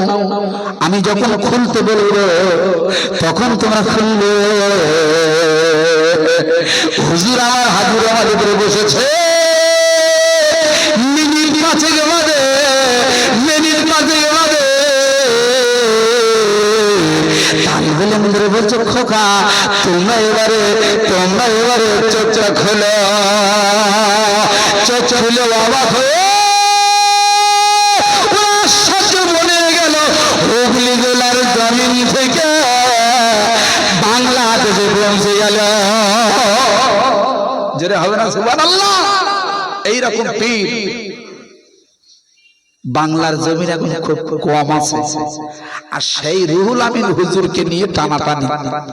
কেউ বলছে রুহুল আমিন হুজুরের মাজারটা জামিয়া রহমানি নয়, খাদিজাই হলি ভালো। বসিরহাটের মাওলানা বাগে হুজুরের মাজার শরীফ, হুজুর মারা গিয়েও ওয়াফাত নিয়েও শান্তি নেই। ফিতনার ফিতনা, আলেমদের ছড়াছড়ি। এই জন্য রাসূল বলেছে, কিয়ামতের মাঠে একদল আলেম আগে জাহান্নামে। কেন যাবে বুঝতে পারেননি? শুধু ফিতনা লাগাচ্ছে না, আমরাই ফিতনা বেশি লাগাচ্ছি শেষ জামানায়। সুতরাং টুপি দাড়ি হাজি রুমাল থাকলে আপনি মনে মনে হাক্কানি আলেম না, ফিতনা শুরু হয়ে গেছে, দাজ্জাল এসে যাবে খুব তাড়াতাড়ি। সুতরাং সাবধান হয়ে যান। আল্লামা আবু বকর সিদ্দিক রাহমাতুল্লাহ আলাইহি হুজুর আমার বলছে, খোদা ও রুহুল আমিন তুমি ওয়াজ করো বাবা। আল্লাহর নবীর আসে হযরত পীর রুহুল আমিন রাহমাতুল্লাহ আলাইহি উনি মসজিদে উঠেছেন, উনি ওয়াজ করছেন। আমার বন্ধুরা ওয়াজ করে নিলে হুজুর আমার জিজ্ঞাসা করছেন, হযরত পীর আল্লামা আবু বকর সিদ্দিক জিজ্ঞাসা করছে, খোকা ও রুহুল আমিন তুমি যে বিষয়গুলো ওয়াজ নসিহত করেছ আমার জানা মতে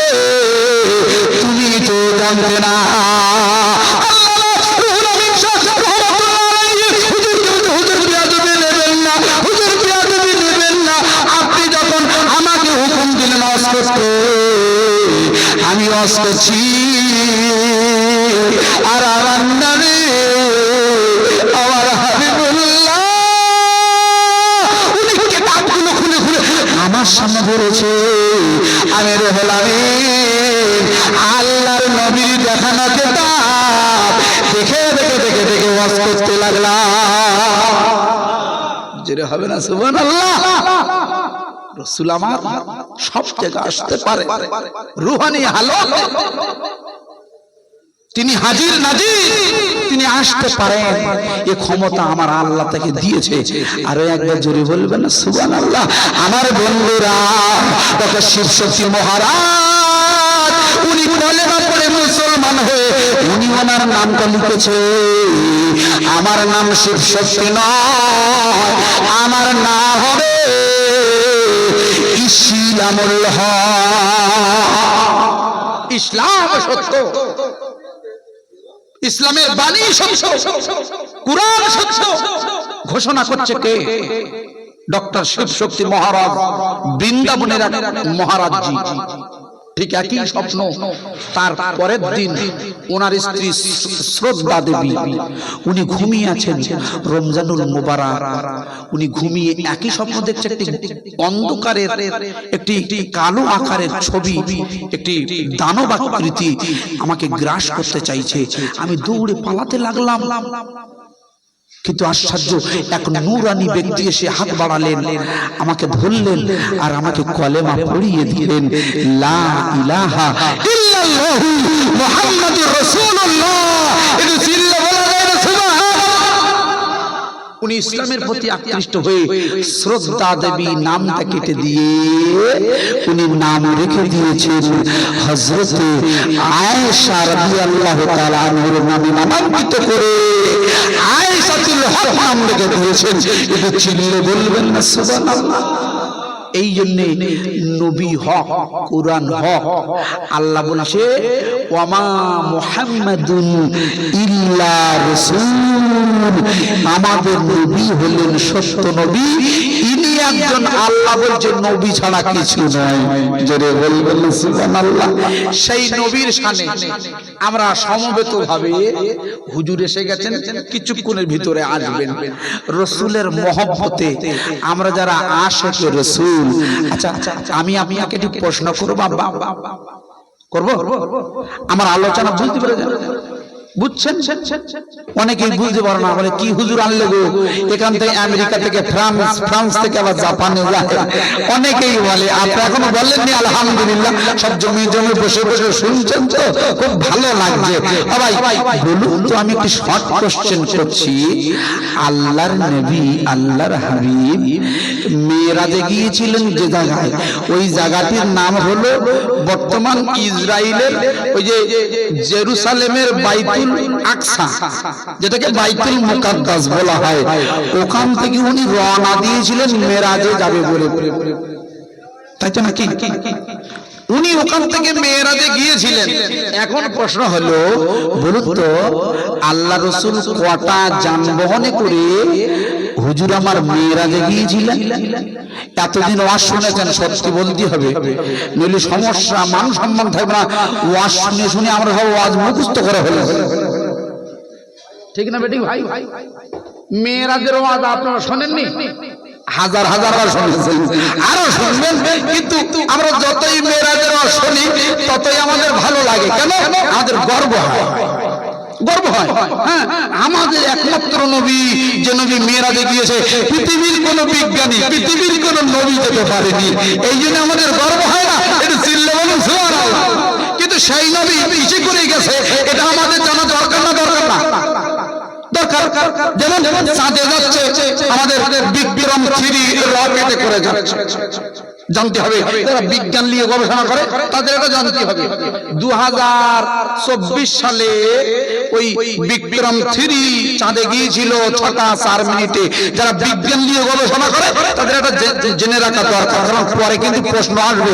আমরা মুসলমানেরা কিয়ামতের মাঠে প্রশ্ন হতেই পারে তো, সব কোশ্চেন যে তোমরা নবীকে তো ভালোবাসো, তোমরা বলো তো যে ওই আল্লাহর হাবিব মেরাজে গিয়েছিল কটা যানবাহনে করে? আমার আব্বা বলে দুটো, আর কেউ বলবে? অনেকে বলছে একটা, কেউ বলছে দুটো। আমি বলছি না, উত্তরটা সঠিক হয়নি। জোরে বলুন তিনটে। জোরে বলুন কটা? তিনটে যানবাহনে করে। খুব ভালো করে বুঝবে, যখন বিজ্ঞানীরা রকেট পাঠিয়ে দেয় দেখবেন 25 তলা সমান ওই রকেটটা যখন মাধ্যাকর্ষণ শক্তি পার করে দেয়, রকেটের কিছু অংশ ছেড়ে পড়ে যায়। পূর্ণ রকেট কিন্তু চাঁদে যায় না, কিছু অংশ ছেড়ে পড়ে যায়। তারপরে ফের আবার কিছু দূর অতিক্রম করার পরে ফের কিছু অংশ ছেড়ে পড়ে যায়। যখন চাঁদে ল্যান্ডিং করে সামান্যতম একটা ওই কেজি 10 বা 15 এরকম একটা ওজনের রকেট, ঠিক না বেটি? আল্লাহর নবী যখন যখন হুজুর আমার মক্কা শরীফে শুয়ে আছেন হুজরায়, ওনার কাছে জিবরিল আমিন এসেছেন বোরাক নিয়ে। ওই বোরাক, ওটার নাম হলো বোরাক। ওই বোরাকে করে উনি বাইতুল মুকাদ্দাস সফর করেছে, যেটা ইহুদিরা দখল করতে চাইছে। ওখান থেকে উনি সফর করেছেন সিদরাতুল মুনতাহা। কি মুনতাহা? সিদরাতুল মুনতাহা।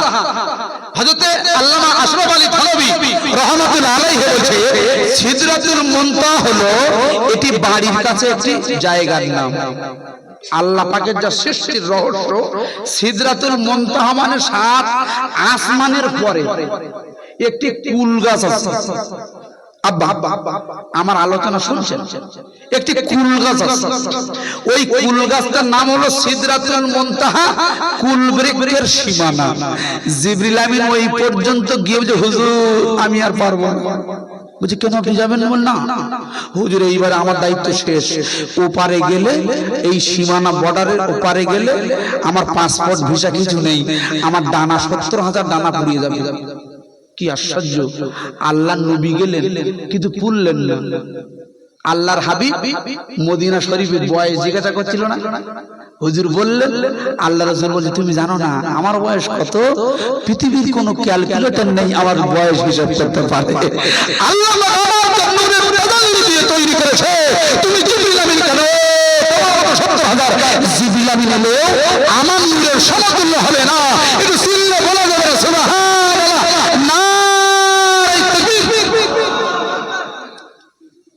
জিবরিল আমিন বলছেন হুজুর এখান থেকে যাব না। আল্লাহর নবী বলছেন তাহলে কি হবে? জিবরিল আমিন বলছে হুজুর এখানে একটি সিংহাসন আসবে, ওই সিংহাসনটির নাম হলো তখতে জমরুল। লিখছেন কে? আল্লামা আশরাফ আলী থানভী রাহমাতুল্লাহ আলাইহি। আমার বন্ধু ইনি যাইতে আলেম নয়, এশিয়া মহাদেশের বিখ্যাত পণ্ডিত, যিনাকে হাকিমুল উম্মাহ বলা হয়েছে। আমার বন্ধুরা অনবরত শোনো, ওই তখতে জমরুলের পরে ফারিস্তাদের 5টা মঞ্জিল পার করে দিয়েছিল। 5টা মঞ্জিল পার করে আল্লাহ পাকের আরশে আজিমে যেতে গেলে 70,000 নূরের পর্দা আছে। ওই 70,000 নূরের পর্দা ভেদ করতে আরো একটি সিংহাসন চলে এলো। ওই সিংহাসনটির নাম হলো রাফরা। কটা হলো? আপনি বলছেন একটা বোরাক।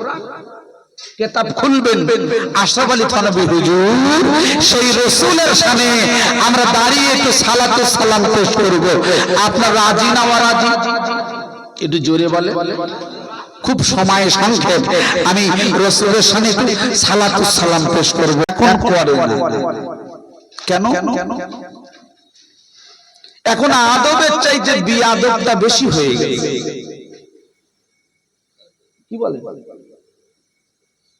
আদবের চাইতে বিআদব বেশি হয়ে গেছে। যেহেতু ইসলামিক আলোচনা করলে সামনে থেকে গেলে বা দেখবেন যে সমস্ত চা ব্যাপারীরা চা বেচে মেহফিলের ভিতরে বসে বসে ব্যস্ত, ঠিক ঠিক ভুল বলে, এখন দেখবেন তারা আর বসে না। কেন? ব্যবসা করছি, ব্যবসা। আদবের খেলা। আগেকার দিনে যুবক ছেলেরা বিড়ি খেলে চাচাদের সামনে লুকিয়ে খেত। এখন চাচার কাছে ম্যাচ চায়, ম্যাচ। অনেকেই আবার বাপের কাছে চায়, আব্বা দেশলাইটা হবে।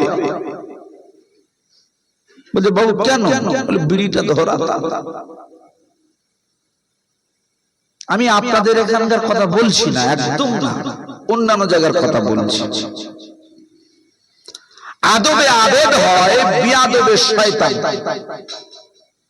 মাথায় রাখবেন, ফুরফুরা সিলসিলার আকীদা হলো আগে আদব করতে হবে। আদব, মুরব্বির মতো সম্মান তাকে দিতে হবে। ইমাম সাহেব ইমামের মতো সম্মান তাকে দিতে হবে। মেহফিল, কুরআনের মেহফিল, কুরআনের মেহফিলের মতো সম্মান দিতে হবে। এটা কোনো ড্যান্স হাঙ্গামা নয়, এটা কোনো নর্তকীর বাজার নয়, এটি হলো রাসূলের মেহফিল। ঠিক না বেটি? এই জন্য আদব রক্ষা করতে হবে। সুতরাং আমরা যারা রাসূলের পাগল বসে আছি, সকলেই আমি আশা রাখছি কম বেশি জ্ঞানী গুণী মানুষ আপনারা। যাহার লাগে কান্দে রে মন, এই মহিলা রাস্তা দিয়ে যাবে নাকি? এটা তো ঠিক নয়। আপনারা ঘুরে আসুন, কোন ঘুরে আসুন। ভলেন্টিয়ার ভাইরা, আমার হাফেজ শরীফুল ভাই, অন্তত আমি যতক্ষণ আছি এই সমস্ত গুলো কাজ বন্ধ করে দেন। ঠিক নয়, অন্য জায়গাতে ঘুরে আসি। যাহার লাগে কান্দে রে মন, তিনি মদিনা।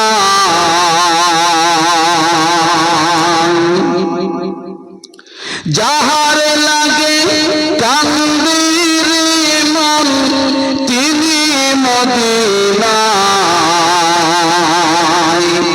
আরে স্বপ্ন যোগে, আরে স্বপ্ন যোগে হবে দেখা, হলে দিওয়ানা।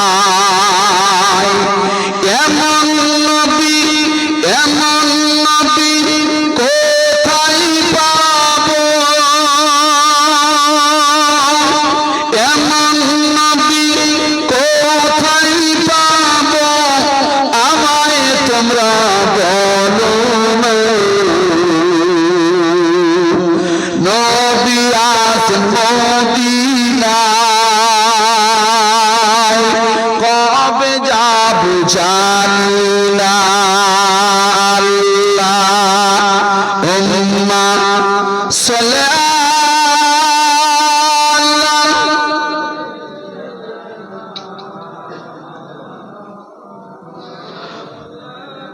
মুহাম্মাদ ওয়া আলা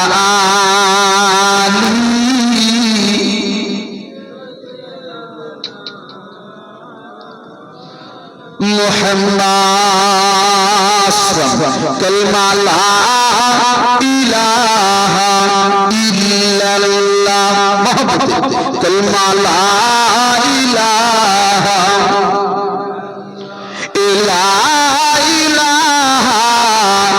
ইল্লাল্লাহ মুহাম্মাদুর রাসূলুল্লাহ। সকলে আমার সাথে পড়বেন, হাসবি রাব্বি জাল্লাল্লাহ গায়রুল্লাহ। হাসবি রাব্বি জাল্লাল্লাহ মা ফি কলবি গায়রুল্লাহ। নূর মুহাম্মদ সাল্লাল্লাহ, কালমা লা ইলাহা ইল্লাল্লাহ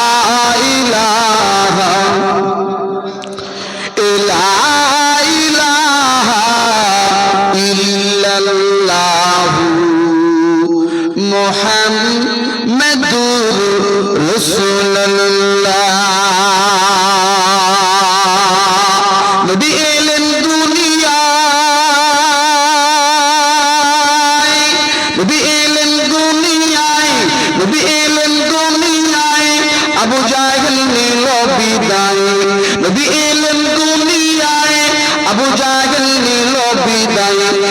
তোমার ধারা পৃথিবীতে আজ রয়ে যায় লা ইলাহা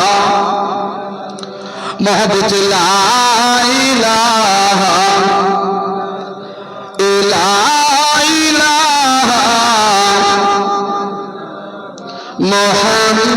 মুহাম্মাদুর রাসূলুল্লাহ সাল্লাল্লাহু আলাইহি ওয়াসাল্লাম।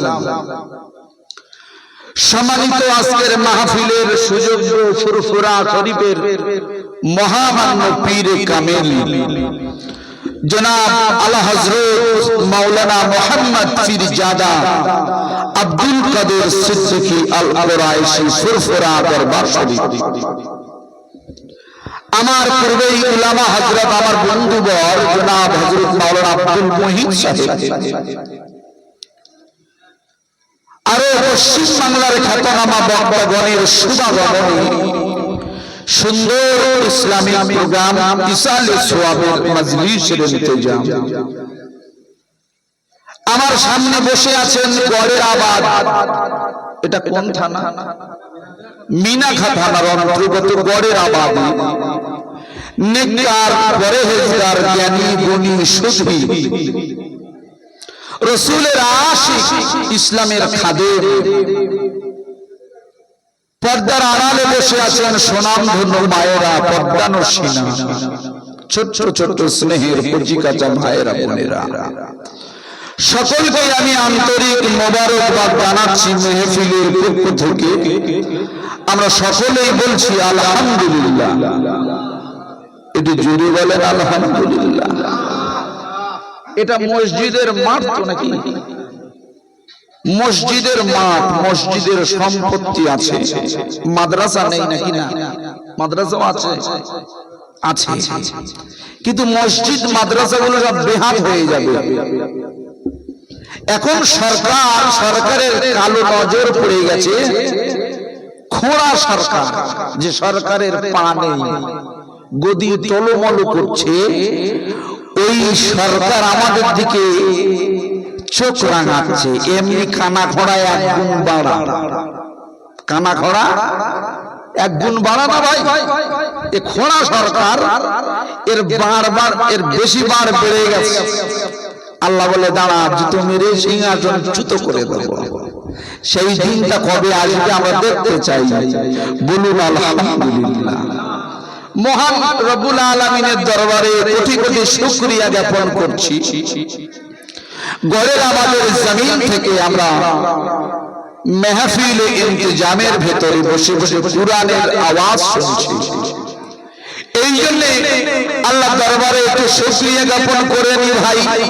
একেবারে সন্ধ্যাবেলা তো 9টা মানে সন্ধ্যা, বেশি রাত না। সকলে তো চিল্লে বলা যাবে আলহামদুলিল্লাহ, মাশাআল্লাহ, এতেই হবে। আপনাদের কণ্ঠের তীব্রতা আওয়াজ দেবেন, শয়তান আসার খেয়ে পালাবে। যতক্ষণ না পৃথিবীতে একটা মুমিন বেঁচে থাকবে, যতক্ষণ আল্লাহ পাক এই দুনিয়া লন্ডভন্ড করবে। আজ পর্যন্ত কোন আলেম ওলামা ওয়াজ করেনি। দেখবেন ইতিহাসে আছে, কুরআনের তাফসীরে আছে, হযরত ঈসা আলাইহিস সালাতু ওয়াস সালাম এসে 40 বছর রাজত্ব করবে। কত বছর? ইয়াজুজ মাজুজ ধ্বংস হবে, ওনার স্ত্রী হবেন, ওনার সন্তানাদি হবে, উনি শেষ বিদায় নেবে, রাসূলের মাজারের পাশে ওনার কবরস্থ হবে। উনি 40 বছর যাওয়ার পরে আবার মানুষ গোটা পৃথিবীতে বেঈমান ছেয়ে যাবে, ঈমানদাররা থাকবে। কিন্তু যেদিন কিয়ামত হবে তার আগের দিনটা 40 দিন একাধারে রাত থাকবে। 40 দিন একাধারে রাত। রাসূলুল্লাহকে জিজ্ঞাসা করছি, ইয়া রাসূলুল্লাহি, ইয়া হাবিবুল হুজুর, ওই সময় আমরা নামাজ পড়ব কি করে? তার মানে এখান থেকে বোঝা যায় নামাজের কথা উঠছে মানে ওই রাতেও ঈমানদার থাকবে, ঈমানদার থাকবে। আল্লাহ রাসূল বললেন তোমরা টাইম হিসাব করে নামাজ পড়ে নেবে।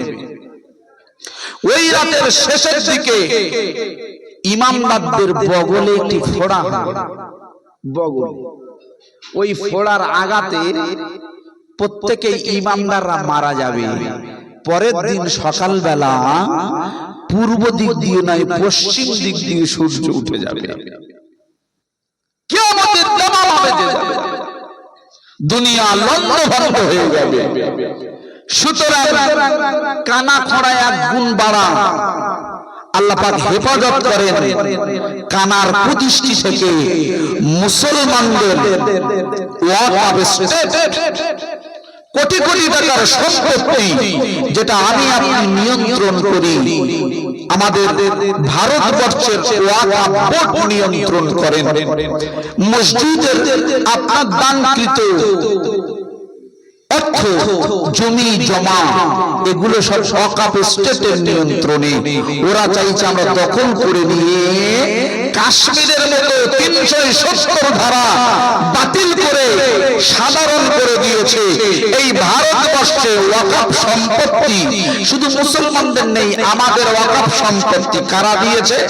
আপনার মতো আমার মতো আমাদের পূর্বপুরুষেরা এই ভারতবর্ষে ওয়াকফে লিল্লাহ করে দিয়েছে। ওদেরও আছে দেবত্ব সম্পত্তি, ওরা সেখানে হাত দেয় না, আমাদের হাত দিয়ে আমাদেরকে হেনস্থা করতে চাইছে। বাবরি দখল করে নিয়েছে, ওরা ওই জ্ঞানব্যাপী দখল করে নেবে, মুসলমানদের ঈমান আমলে হাত দিতে লেগেছে। কিন্তু আল্লাহ বলে একজন মাবুদ আছেন, তিনি আমাদের হেফাজত করে নেবেন। বলুন সুবহানাল্লাহ। প্রিয় ভাই সাহেব, রাসূলের দরবারে যিনি না এলে গোটা পৃথিবী তৈরি হতো না, সেই হুজুরের পাক সাল্লাল্লাহু আলাইহি ওয়াসাল্লামের দরবারে লক্ষ লক্ষ কোটি কোটি দরুদ পাঠাই। সকলেই বলুন সাল্লাল্লাহু আলাইহি ওয়াসাল্লাম। প্রিয় ভাই সাহেব, আমরা যারা এখানে বসে আছি আমরা সকলেই কিন্তু রাসূলের পাগল, রাসূলের দিওয়ানা। গোটা বিশ্বে এইরকম দিওয়ানার সংখ্যা কম না বেশি? এটি জোরে বলে বেশি। কারণ আল্লাহর নবী আখেরি নবী, ইদানিং নাকি আবার নবী বার হচ্ছে, বিভিন্ন সোশ্যাল মিডিয়ায় দেখা যাচ্ছে। এগুলো সব ফেতনা, ওদিকে কান দেবেন না। আমাদের নবী আসল না নকল? আসল নবী। এই রাসূলকে নিয়ে ইসলাম বিরোধীরা এরা বিভিন্ন সময়ে বিভিন্ন কটূক্তি করেছিল। আল্লাহ ওই কটূক্তিকে রদ করে দিয়ে আমার নবীর সম্মানটাকে আকাশ চুম্বি করে দিয়েছে। আমার বন্ধুরা খুব ভালো করে শুনবেন, আজকের রাতের গভীরে আমি আপনাদেরকে সঙ্গে করে নিয়ে মিনাখা থানার অন্তর্গত গড়ের আবাদ গ্রামে ছোট করে আপনাকে বুঝিয়ে দিই। আমি আলোচনার শুরুতে কুরআনুল কারীম থেকে কি আয়াতে কারিমা এনেছি। আয়াতে কারিমাটি হলো, আপনি খেয়াল করলে দেখতে পাবেন কুরআন শরীফের 114 তলা সূরার ভিতরে কাল সকালবেলা খুলবেন, সূরাটির নাম হলো সূরা আল ইমরান। সূরা আল ইমরানের 144 নম্বর আয়াতটা খুলবে। ওই জায়গায় আল্লাহ বলে দিচ্ছে, কি বলে দিচ্ছে? বিসমিল্লাহির রহমানির রহিম। পরম করুণাময় আল্লাহর নামে শুরু করছে। আল্লাহ বলছে এবারে, ওয়া মা মুহাম্মাদুন ইল্লা রাসূল। বলুন সুবহানাল্লাহ। মনে করে দেখুন, আল্লাহর নবী জগৎগুরু বিশ্বগুরু হুজুর আমার মক্কা শরীফের হুজরা মোবারকে বসে আছেন। মক্কা শরীফে হুজুরের বাড়ি ছিল প্রথমে মক্কায়, তারপরে মদিনায়। খুব ভালো করে বুঝবেন বন্ধু, হুজুর আমার মক্কা শরীফের হুজরা মুবারকে বসে আছে। দারুন নাদোয়া, দারুন নাদোয়া। আপনি জানেন না দারুন নাদোয়াটা কি? জেনে নিন। দেখবেন ইদানিং আমাদের ভারতবর্ষে আমাদের নব্য পার্লামেন্ট তৈরি করতে মিস্টার নরেন্দ্র মোদী, যে পার্লামেন্টের 7 ফুট হয়ে গেছে, পানি কিন্তু টপ টপ করে পড়ছে।